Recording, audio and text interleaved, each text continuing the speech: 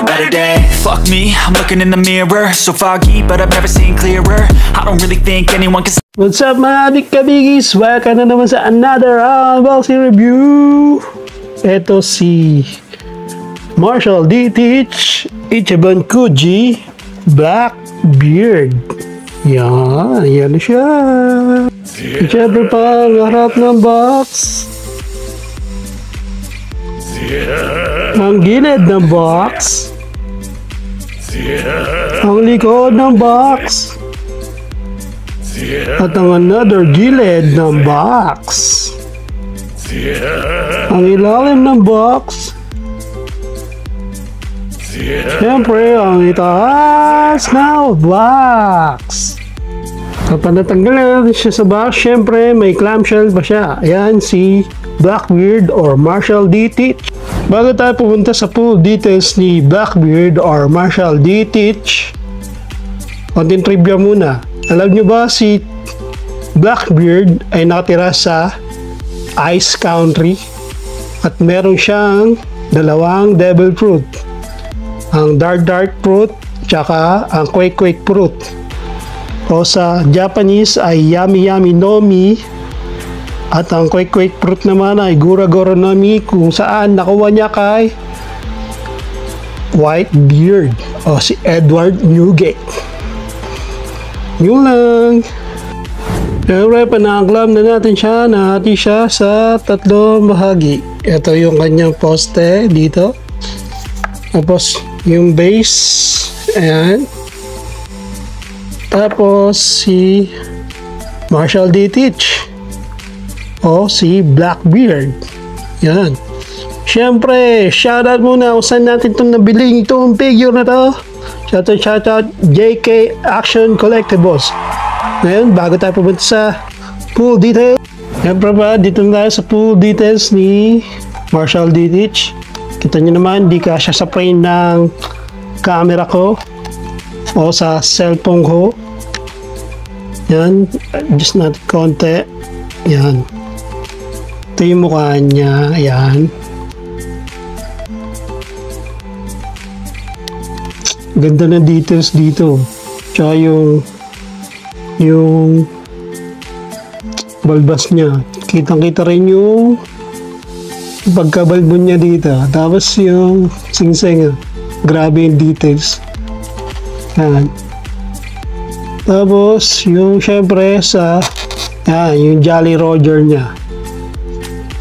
Sabi daw sa theory ng mga fans ng One Piece fans, sabi daw magkakaroon pa siya ng isang devil fruit. Malay natin, meron nga. Kasi unique daw yung body nito ni Marshall D-Teach, sabi sa anime ni Marco. Tsaka dyan din yung tatlong barel. Ayan, ganda. Ganda din ng belt. Yun. Tapos yung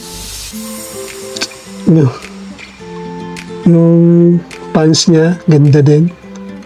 Tapos dito sa likod, yung ano niya, yung kapa niya. Ano ba to? Kapa o fur? Parang hindi kapa eh. Parang fur. Yung jacket na fur.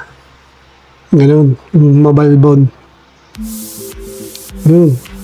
Yun lang. At pag nabuo na natin siya, ayan na. Ang full details ni Blackbeard. Di ko kaya tawa. Siyempre pa, ilabas na natin ang Mawaga Metro. Ayan siya. Mati na natin si Blackbeard.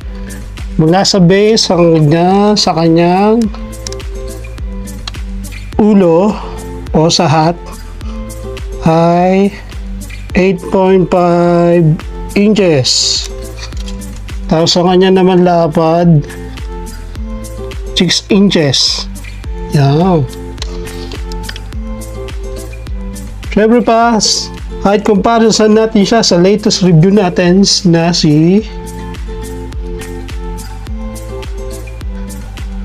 Red Hair Shanks. Yan.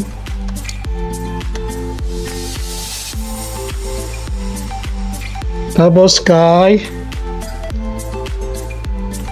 Younger Taguro. Yan.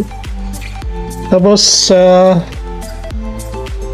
Gundam natin na hindi ko kilala kung sino yan, kung anong unit yan. Ayan.